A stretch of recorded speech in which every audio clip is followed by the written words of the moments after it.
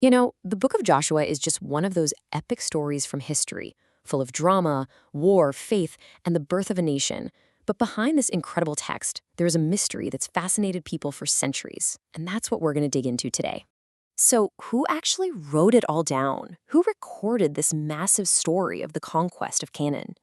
Well, the book itself doesn't give us a name, which is why we're going to open up the case file and investigate the prime suspect. Right. So there's no byline, no written by, but ancient tradition and a ton of clues hidden right there in the text. They point to a very compelling answer, and it's the hero of the story himself. And that prime suspect is, of course, Joshua.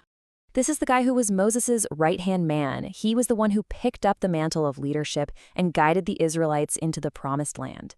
I mean, as the main character, he literally had a front row seat to every single thing that happened. So how can we be so confident? Well, the most powerful evidence comes from inside the book itself. So let's open up the evidence file and see what clues are hiding in plain sight. All right, clue number 1. This whole thing reads like an eyewitness account. The author wasn't just hearing these stories from someone else. They were there, living it. And check this out. Look at the language right here. The author uses the word we, including themselves in the group that crossed the Jordan River. That's not how a historian writing centuries later would put it. Nope, that's the voice of an eyewitness. Okay, next up is the sheer level of detail. The text is packed with specifics that would be almost impossible for a later author to just know off the top of their head. It reads like a report from someone on the ground. For instance, the author uses these really specific ancient Canaanite place names that were being used right around the time of the conquest. Since places get renamed all the time, using these old names is like a historical timestamp, putting the writer right there when it all went down. Now, our third clue is maybe the most specific of all, and it has to do with a very famous character from the Battle of Jericho, Rahab. Here's the kicker. The author makes a special point to say that Rahab is still alive and living among the Israelites at the time of writing. Think about that. That's a huge detail that places the author squarely in the same generation as Joshua and the conquest. But wait, there's a complication, a twist in the case. The book records Joshua's own death. So how could he possibly have written the whole thing? Now, for some scholars, this is proof it was written much later. But this kind of thing actually has a pretty common explanation in the ancient world.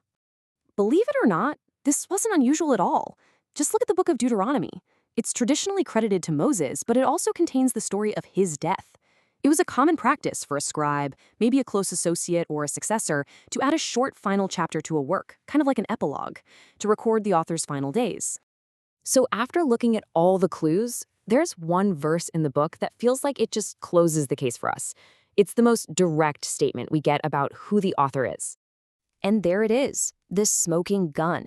After giving his final speech, the text says flat out that Joshua himself recorded these things. I mean, that's about as close as you can get to an author's signature. So, the bottom line? While sure, as some theories suggest later editors pieced the story together, the book's own testimony points right back to its hero. The internal evidence is just overwhelming. It really suggests Joshua is the primary author. Maybe he dictated it to a scribe, but either way, the story we're reading is his. But, figuring out the author is only half the story. The real question is, why does this book and its message still resonate so powerfully thousands of years later? This is probably Joshua's most famous line, and it just perfectly captures the heart of the book. It's this radical call to commitment, to faithfulness, especially when you're facing unbelievable challenges. At the end of the day, the book of Joshua lasts because its themes are just timeless. It's a powerful story about promises being kept, about the very real consequences of the choices we make, and about how victory can show up in the most unexpected and miraculous ways. And that leaves us with one last thing to think about.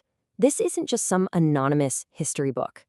If we see it as a leader's personal record of his people's greatest trials and greatest triumphs, how does knowing the hero himself is telling the story change the way we read his incredible journey?